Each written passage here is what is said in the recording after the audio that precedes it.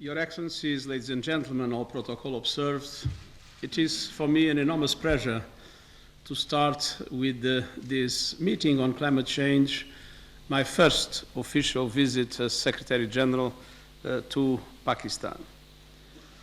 For more than 10 years, as High Commissioner for Refugees, I came many times for Pakistan, and in those 10 years I developed a love affair with the Pakistani people and with Pakistan itself. And that love affair came from the extraordinary generosity and solidarity that the Pakistani people has shown, hosting millions of Afghan refugees, sharing with them its own resources, and independently of the impact, the enormous impact in the economy, in the society, not to mention the impact of the Afghan crisis in the security of the country itself. And I had humbly the possibility also to show my solidarity to Pakistanis, victims. I remember visiting Azad Kashmir during the earthquake. I remember being with those displaced by the conflict in the north. I remember being with those impacted by the floods. And this very deeply felt solidarity has developed, as I said, a love affair with this country. And that it is totally unfair that Pakistan is, as it was shown in a very eloquent way, is in the first line of negative impacts of climate change. It's not Pakistan that is creating climate change. Of course, there is a small contribution, but Pakistan is indeed in the first line of the dramatically negative impacts of climate change. And so I'm pleased to be with you today to talk about sustainable development and our common vision for the future we want, and the climate crisis, which is perhaps the gravest current obstacle to global peace, stability, and prosperity. Peace, prosperity, dignity, and realization of human rights for all people on a healthy planet, these are the objectives of the 2030 Agenda with the 17 time-bound Sustainable Development Goals. Agreed by all United Nations member states 5 years ago, the Sustainable Development Goals are interlinked and an holistic blueprint to end poverty in all its forms and to build the kinds of societies that we will be proud to pass down to future generations. The goals cover the whole spectrum of human progress. They target poverty, inequality, hunger, and health. They address key topics such as the quality of the education, decent work, a just economy, gender equality.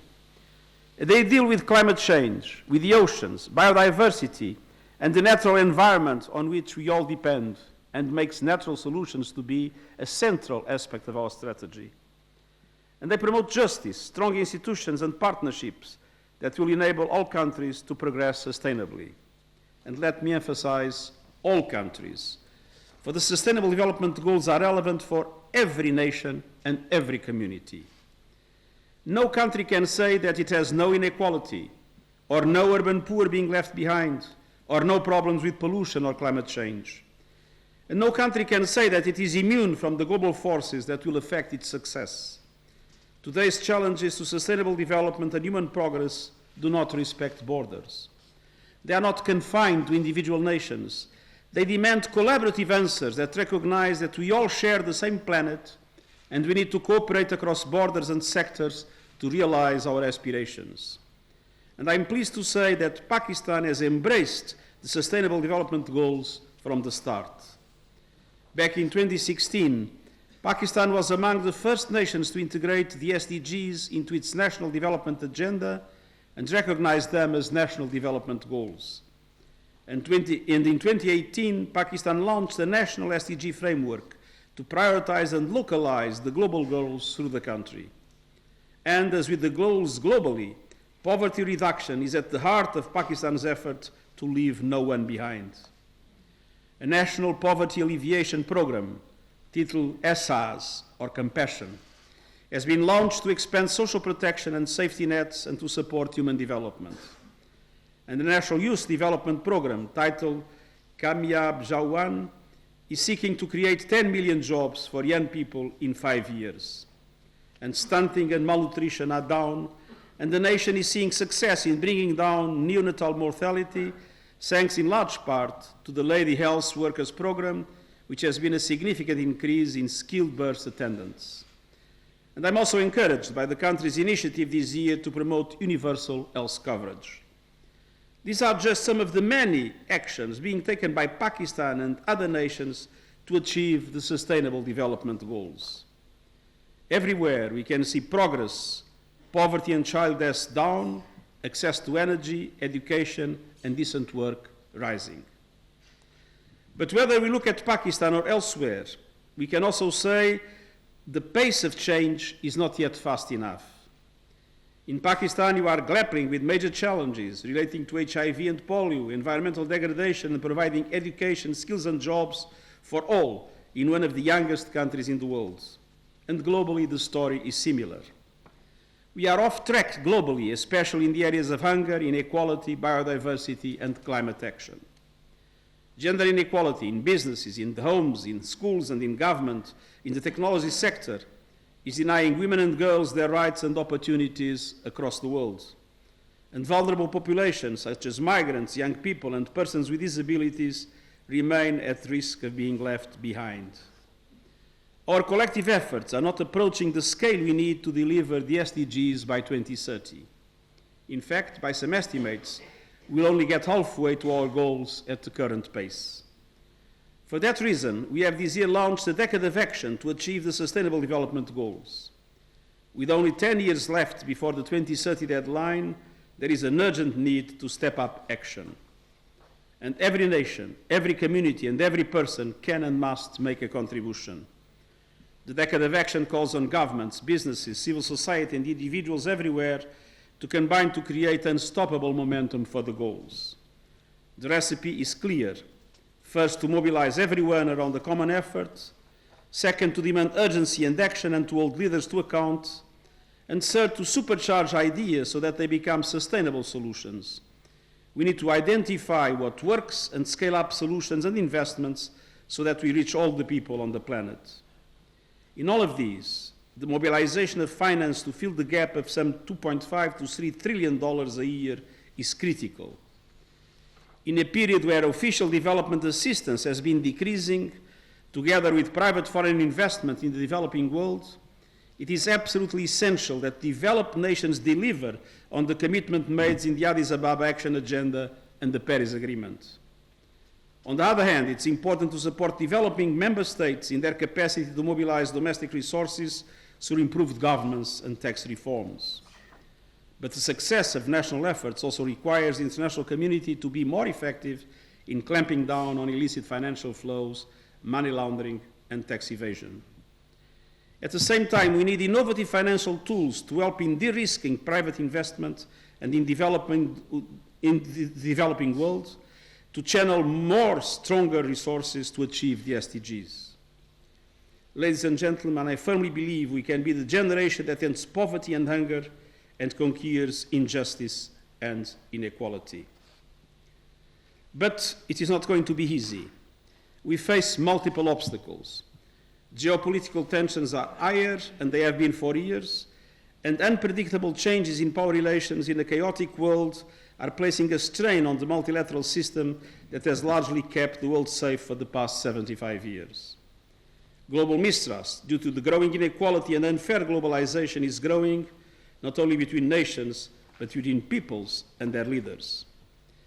We also have to address the challenges of the fourth industrial revolution and make sure we embrace the benefits while minimizing the risks posed to human rights and equity around the world. But finally, and central to the discussion today, there is the climate emergency. This is the threat that I believe is most grave and most urgent, yet it is something I am convinced we can tackle if only we can generate the political will and the unity we need to make a difference. Climate disruption is a clear and present danger worldwide, but let us for a minute look at it through the lens of Pakistan. Like other developing countries, Pakistan has contributed little to the problem, yet faces disproportionate vulnerability because of it.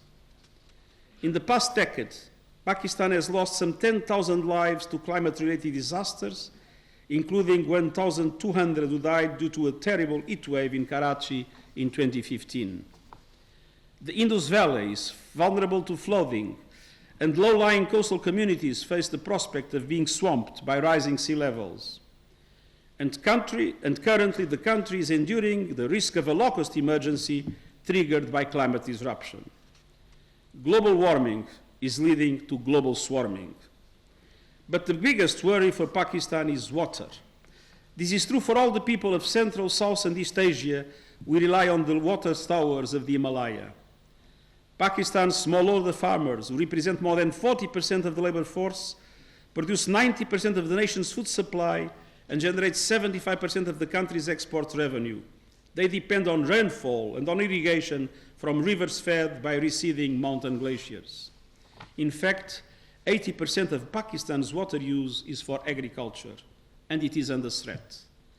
Pakistan is one of the 15 most water-stressed countries in the world. As temperatures rise and glaciers melt, Pakistan's goals for reducing poverty and guaranteeing food security are put at risk. And Pakistan is not alone. The same story is mirrored across the globe.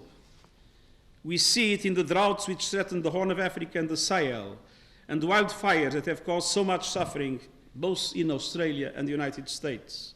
No country is immune. And that is why I'm constantly urging global leaders to act on climate change before it is too late. Sadly, after the success of the Paris conference in 2015, our momentum has stalled. COP25 in Madrid was a disappointment. Our planet is burning, but too many decision makers continue to fiddle. The only answer is decisive climate action by governments, businesses and investors, mayors and governors, and citizens everywhere. Gradual approaches are no longer enough. And the next climate conference, COP26 in Glasgow, governments must deliver the transformational change our world needs and that people demand with much stronger ambition. Ambition on mitigation, but also, as we see with the needs of Pakistan and many other developing countries, ambition on adaptation and ambition on finance.